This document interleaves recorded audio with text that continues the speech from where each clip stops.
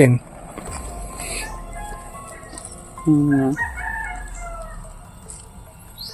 Yung mga idol, meron pang ano, ayan o.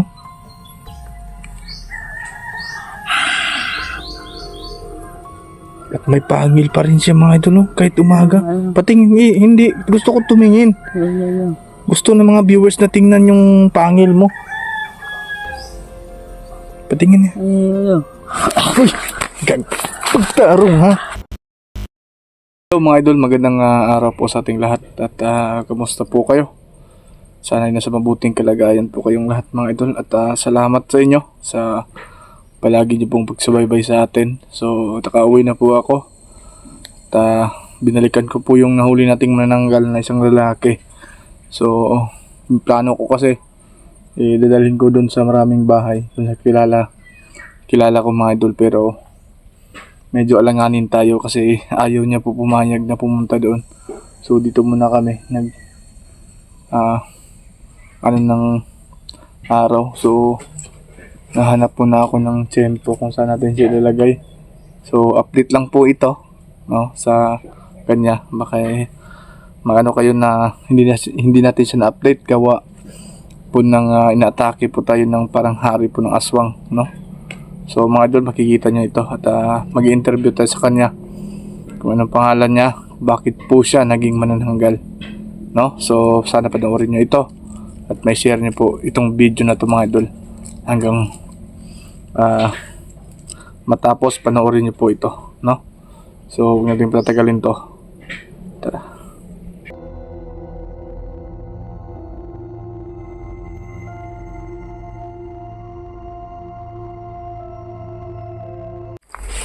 So ito na po mga idol, no. Ito na po yung marami kasing nag-request kung yung update po sa nahuli po nating manananggal. So dito muna kami at siguro mamaya siguro mga 5 PM hanapan natin ng tiyempo na ano natin siya doon sa Munting Kubo mga idol. So hindi muna ako pumunta doon kasi marami na pong bahay. May nangyari sa kanya. Hindi ko muna siya pinuntahan doon mga idol. Kanina pa yan, iyak ng iyak mga idol. Kasi marami doon tao. Baka magkagulo po. So mamaya na lang siguro natin siya ilalagay doon. Kasi dahil po na medyo makakita. So ngayon ito lang po yung update muna ito. Para makita natin siya. Ayan. Buhay na buhay. Ang impactang ito. Impacto pala.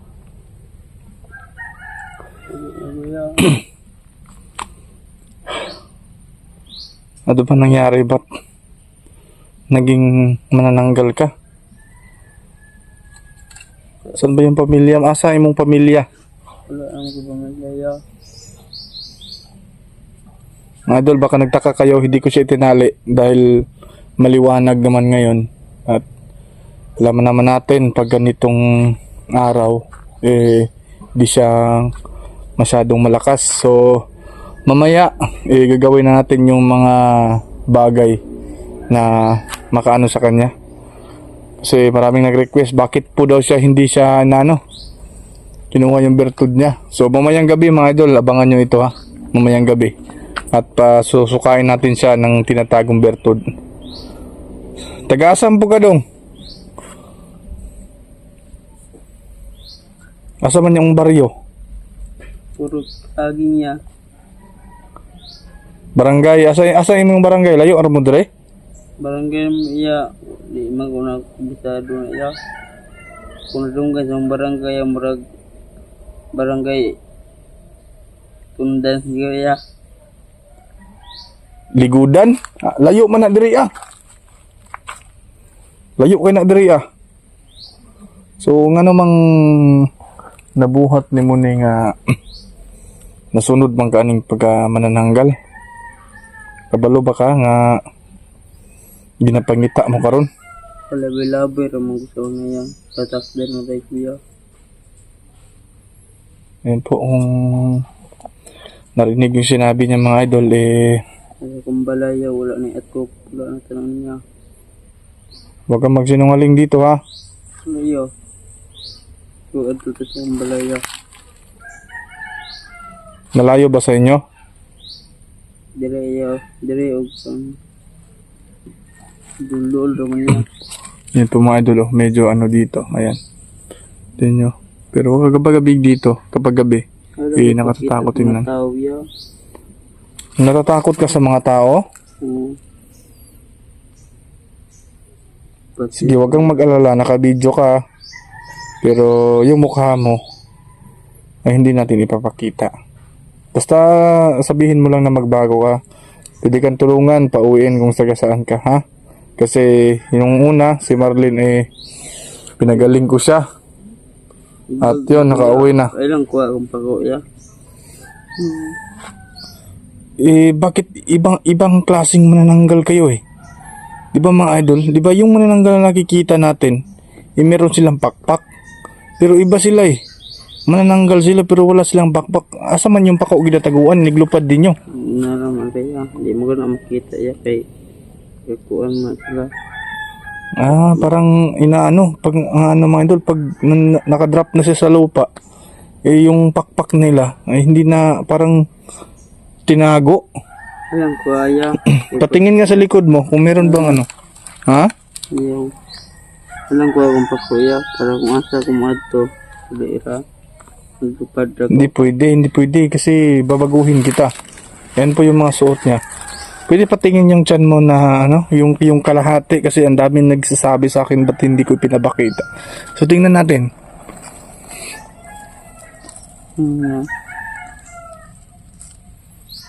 Yung mga idol, meron pang ano, ayan oh.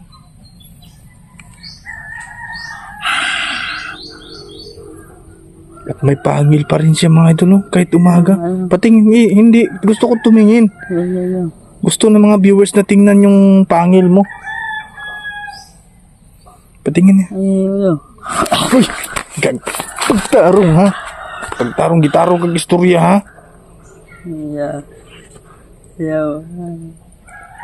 Patingin nga. Wag mo akong, di ba akong magalit ha? Sige, patingin. Nagagalit siya pag tingnan po natin yung pangil niya mga idol eh. Ano ba pangalan mo? Naalala mo ba? Meron ka bang naalala yung pangalan mo? Krison niya. Ano pangalan mo? Krison. Krison? Uy, bagong pangalan to ah. Ayan mga idol, Krison yung pangalan niya. Krison. Naalala mo ba yung apelyido mo? Dito na kuya. Natandaan mo pa ba? Kuhaan kuya. Kalimut kuya. Ibilin mag-simbahan sa pamilya. So bakit gusto mong malaman ng lahat? Ayan po mga idol. 'Di ba? Ang daming nagko-comment sa atin na nagsasabi bakit sila na anong tawag dito? Pag iniwan na po nila yung kalahati, 'di ba? Kung saan nila iniwan, nakita natin. So tatanungin po natin siya kung anong tawag dito, bakit siya yung tawag dito, yung kalahati niya yung iniwan nila kahit saan. So paano ka kung sa ikaw mo kanang magdugtong ka para makabalo po ning nananaw karon, bakit ninyo saan nyo iniwan yung kaputol ninyo? Hindi man na pataka nagbilin niya. Kaya parehas yung nanay yan ng saging. Di man ka lupad kay namay mag-atang sa babaw. Kailangan yung hawan. Yun pala mga idol, yun pala yung matagal ka namang hindi nakagupit kasi sobrang haba na ng buhok mo. At medyo mabaho ka rin eh. 9 years na tayo. Matagal ka nang naging ng jablo. Oh yeah. Wala ligo ya mga 5. Marami kayong nabiktima ng mga na mga bata or mahayop. Mga bata siguro ya, kaya siguro mga 50 ka bata. Dito sa malayong lugar. Yung binibiktima ninyo. So ngayon, pwede kitang ipakulong ngayon dahil sa ninyo. Ba't hindi masyadong mahaba yung kuko mo? Di mo na kanong adlaw ya. Gabi iya. Magawas na siya basta gabi eh. Sabay man siya mga oras yun. So, di ba naman mo yung lana? Yeah. Dili mo gawas yung lana o adlaw. So, unyang gabi eh, pwede na ako na makuha. Kung gusto ka magbago ka. Ayaw lang niya. Para nakuha ito online, di ko kapayag baktas, maglupad lang ko. Uy, meron din siyang mga idol yung ang sagot niya na hindi po daw siya, hindi niya ibibigay sa akin yung langis niya. Kasi kapag may pupuntahan po daw siyang malayo, ililipad na lang siya.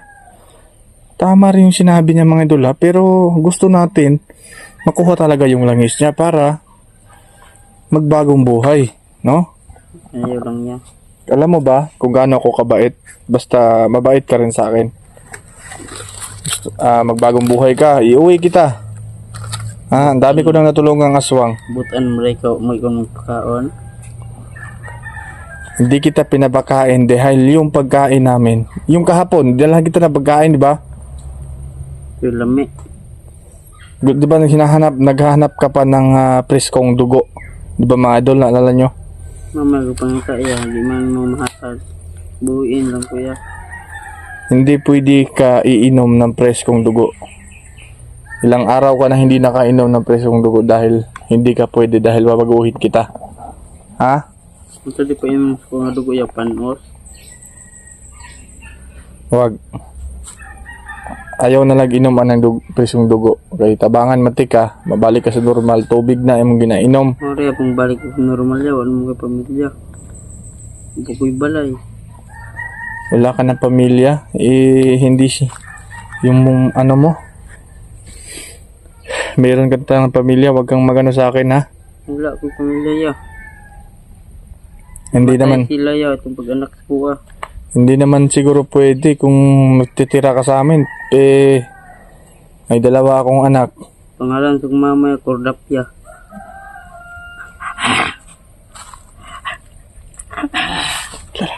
Cordapia ang pangalan ng nanay mo. Wala na yung nanay mo. Patay na. Sana ya. Ako po yung sa iko niya, namatay. Iko niya mga tao. Mo nang nagkuha na lang ka. Nasulod ka aning pag-aswang nimo. Lalaki ang konsyon niya po saya. Cordapio. Mga idol. Parang uulan na yata ngayon ha. Uulan na siya mga idol. Ayan po. Bahay doon mga idol. Maraming bahay doon. Tsaka dito muna kami. Dito muna kami mga idol. Baka makita kami ng maraming tao. Kung mamaya siguro maghahanap tayo kung saan siya matutulog. Kasi ang gagawin po natin mamaya mga idol yung ano. Ang pangalan sa kong papa yan ay Tiloy. Yung ano mga idol, yung sinasabi ninyo na tatanggalin natin yung lahat ng meron sa kanyang katawan. O langis, o bertod na meron siya.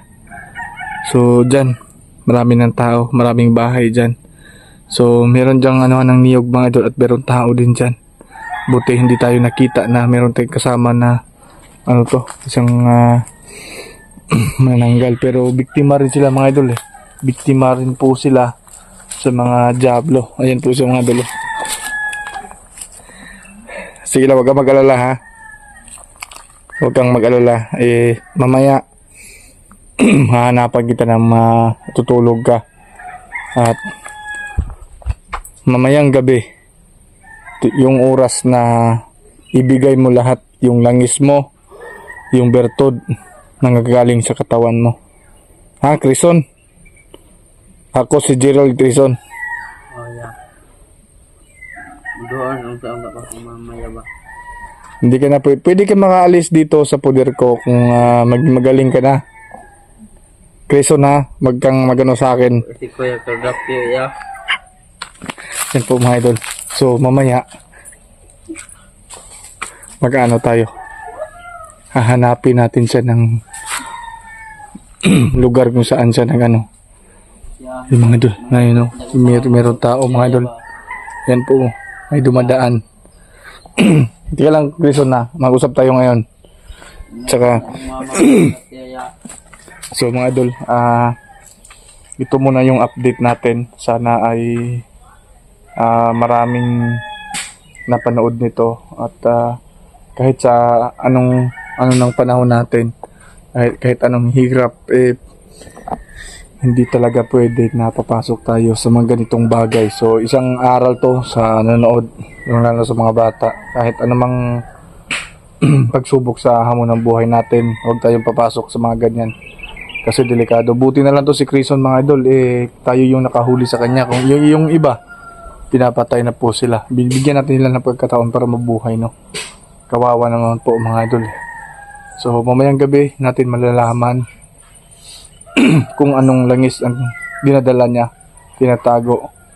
Yung bertod po talaga, yung pinaka malakas sa kaloob po ng katawan niya. So mga idol, salamat sa inyo sa hindi niyo pag-skip ng ads. Grabe, sobrang hina ng views natin, pero tuloy ang laban, tuloy ang pangarap natin, no? So papaalam muna ako, mga idol. Abangan nyo ito mamaya kung meron tayong dalhan sa kanya para safety po siya at hindi po siya maano ng iba.